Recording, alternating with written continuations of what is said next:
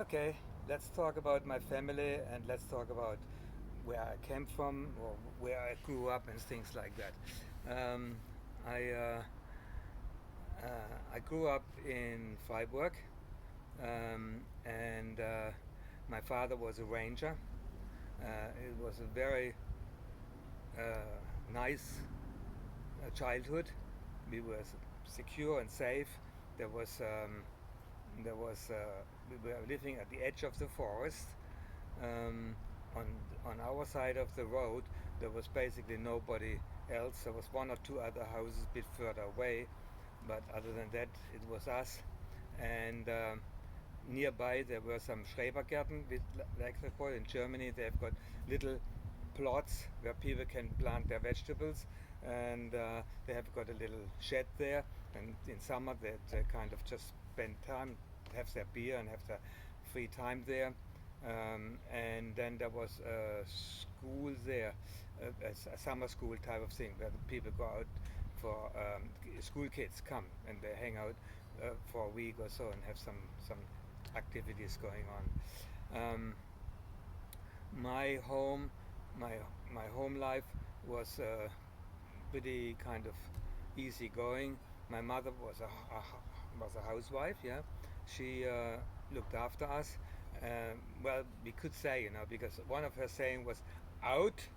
I don't want to see you until it gets dark." So we spent most of our time outside when we weren't at school. The school was about a few miles away, so we had to walk there every day. And of course, later on, we went bicycling there. Um, and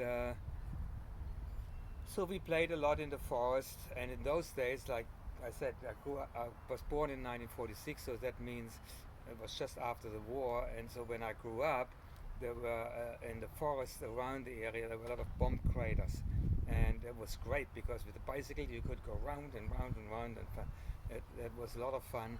Uh, I also was in the scouts, youth scouts, I think it's called, Pathfinder we call them, or pathfinders. So I went with them quite often, and they hung out in the forest up there, and so they just kind of um, I just was at home there. It was no problem. I did envy the kids which lived in the town because they could play down on the footpath and have a great old time with their friends. So I envied them a little bit, but you know, uh, sometimes when they had excursions or so, they came to the forest, and then I was a king. Other than that, because after school we always had to go straight home. There was one incident where my mother had to come to school uh, because the teacher said I was unruly. And the incident, what happened was that the I just got up in class and went outside. Normally we had to put our hand up and say we want to go to the bathroom or something. And when I came back in, she said, "Well, what did you go? What did you go?" I said, "Well, I just went outside, had a look at the clock, and see how much longer we have to sit in class." And that was an incident where my mother had to come to school and be dressed down by the teacher. Other than that, there were not very many incidents for us. My brothers, I've had two brothers, each a year younger. Like uh, when I was 10, the next one, Martin, was 9, and Hubert was 8. And then Maria was born in 1952. And then we had one more brother, Anton.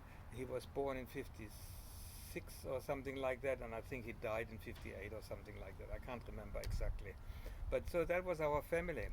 Um, and My grandparents had a restaurant, St. Ottilien, in the forest, in the middle of the forest.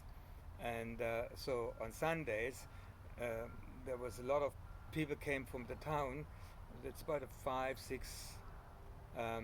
mile or kilometer walk up to the restaurant in the forest. And so we went. My mother and usually I or the other brothers went there, and we helped out. Like my job was clearing tables, and my other